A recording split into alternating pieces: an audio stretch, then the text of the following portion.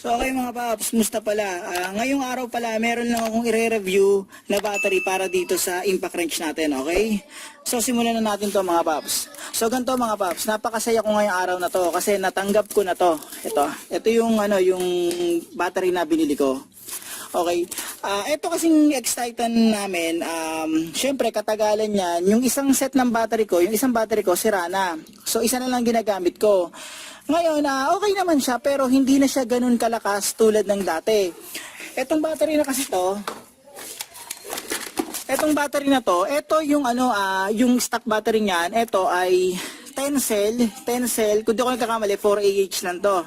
Okay? So ngayon, ito, hindi na siya ganun kalakas tulad ng dati.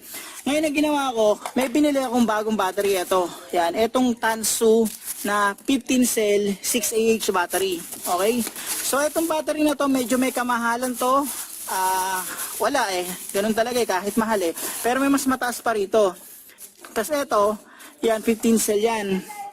Ito, 10 cell lang to. 6Ah, 4Ah lang to. So, eto, mas marami siyang battery, tapos mas malakas siya. Meron pang isang mas mataas dito, 20 cell naman. Pero, 6Ah din. So, eto, since mahina na to, hindi na ganun kalakas, eto, pang na lang to, low torque ko na lang gagamitin. So, eto na yung pang ko, heavy duty ko. May pagkakataon kasi na kapag over torque, nahihirapan talaga akong baklasin. Eto, nung bago-bago siya, okay siya pero kasi katagalan wala na talaga. So, eto yung gagamitin ko mga paps. So, eto, meron na bibiling impact wrench na kasama to, kaso mahal yun kaya binili ko lang battery. Fit naman siya dito sa X-Titan. Yan. Fit yan mga paps. Okay? So, yan siya. Walang problema dyan. Sakto-sakto. Yan. Yan. So, ang gagawin ko ngayon, ito. Ito, paalala mga paps itong gagawin ko, ide-demo ko lang kasi i-overtorque ko na naman to. Okay, so ito in-overtorque ko, ginawa kong, check natin yan, 154 Newton meters. Kita ko 154, makikita nyo, 154 Newton meters. So ito, yan. So iano ko yan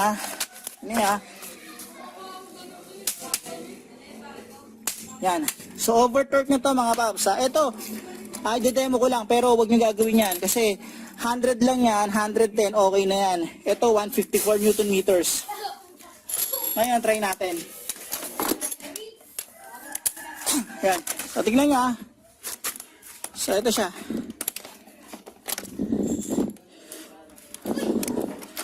Yan Baligtad yan. Yan Yan. Ayan. So, ayan siya. Ito siya. Okay. So, ito. Balik natin yan. Okay. So, ito. Ang tama nito, 100, 110. Okay na yan. Pero, huwag nyo i-overtorque. Pinakita ko lang sa inyo yung demo. Yan. Okay. So, ito siya. Balik ko muna sa 110 mga paps. O 112 para normal torque siya. Yan. Okay, 112.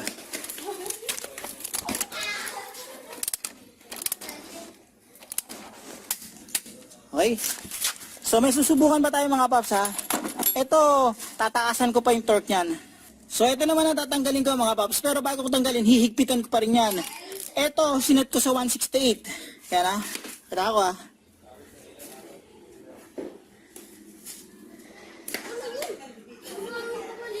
Yan. So yan siya, 168 yan 168 Newton meters. Ito demo lang to mga paps, huwag nyong gagawin to papakita ko lang sa inyo, titignan ko kung kaya ba talagang magbaklas nitong itong battery na to. Okay? So 168, gagawin ko 168 to. Yan. Okay? 168. Delikado to mga paps. Yan. Yan. Sabihin nyo, kita ko isa nyo. 168. So, 168 Newton meters yan mga paps. Okay? So, subukan natin. Yan. Yan. Natin ha. Yan. So ito. Yan. Natin ha. Kano katagal natanggalin yan? Okay.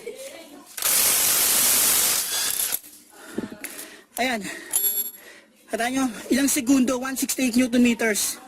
Napakahusay. So okay mga paps, agad dito na lang yung video na to. Sana kahit paano, itong video na to, nakatulong to at nagkaroon kayo ng idea kung paano ba mapapalakas yung yung impact wrench nyo, okay? So itong binili ko, ito compatible to sa X-Titan. Yan, itong Tansu na to. So ito, mare-recommend ko talaga sa inyo to kumpara dito. Yan, kasi katagalan wala na eh, humihina na talaga to. Meron nabibili nito na 10 cell, pero wag yun. Kung hindi kaya ng budget nyo yung 20 cell, eto bilhin nyo. May kamahal lang to, kung di ako nagkakamali, around 800, 850. Ginamitan ko na lang ng coupon para umabot sa 800 o 750 eh. Lalagay ko yung link sa description, check nyo na lang. Eto, sulit na sulit to. Ulitin ko etong binili kong battery, compatible to sa X-Titan. May nakalagay doon na compatible din sa Makita. Sinubukan ko to sa Makita ng tropa ko dito. Goods naman, sok naman.